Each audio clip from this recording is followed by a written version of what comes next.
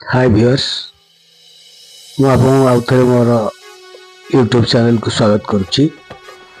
आप मान को किछि दिन तले देखी आखुआपदा पाखे बैतरणी नदी केमती वर्षा जल भर्ती होगी एवं बन्या परिस्थिति सृष्टि होता। आज आपण को मु देखौची भुवनेश्वर उपकंठ पिपिली हरिराजपुर मझिरे थिबा कंटी पाखरे जो दया नदी जाइछि ये दृश्य होछि सेही ठिकार से दया नदीर आप देखिपे दया नदी संपूर्ण भाव जलमग्न हो जाइछि एवं यही जलमग्न ही बन्यार आशंका सृष्टि करी आखपाख ग्राम गुड़िकर मध्य पानी बन्या आसी जाइछि।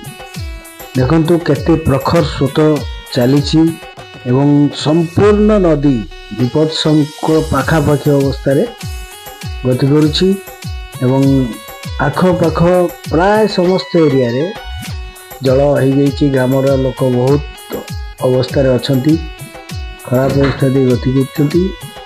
देखंतु किभଳି भावे पानी संपूर्ण बंद होके रही फुल होके रही। देखंतु नदी देखि जांतु एटा होछि दया नदी पिपिली एवं हरिराजपुर मझामझी बोइथिबा जाइथिबा दया नदी संपूर्ण जल भर्ती हो रही।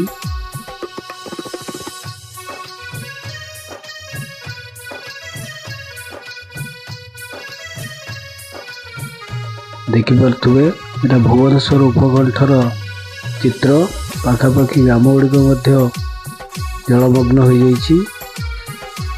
लोक बहुत जंत्रणा मध्य अछंती चारिपटे ग्रामर चारिपटे बन्या जल घेरिकी रही। आप देखिपे विजुअल दया नदी रे पानी संपूर्ण रूपे भर्ती हो अछि।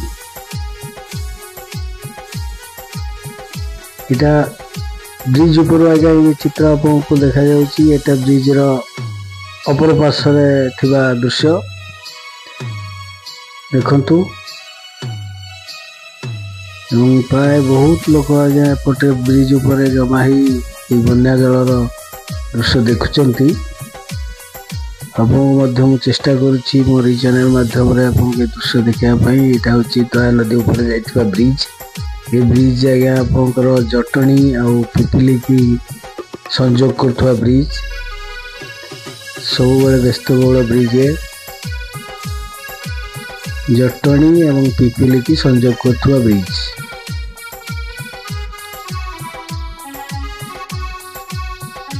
आज मध्य आकाश मेघाच्छन्न अच्छी।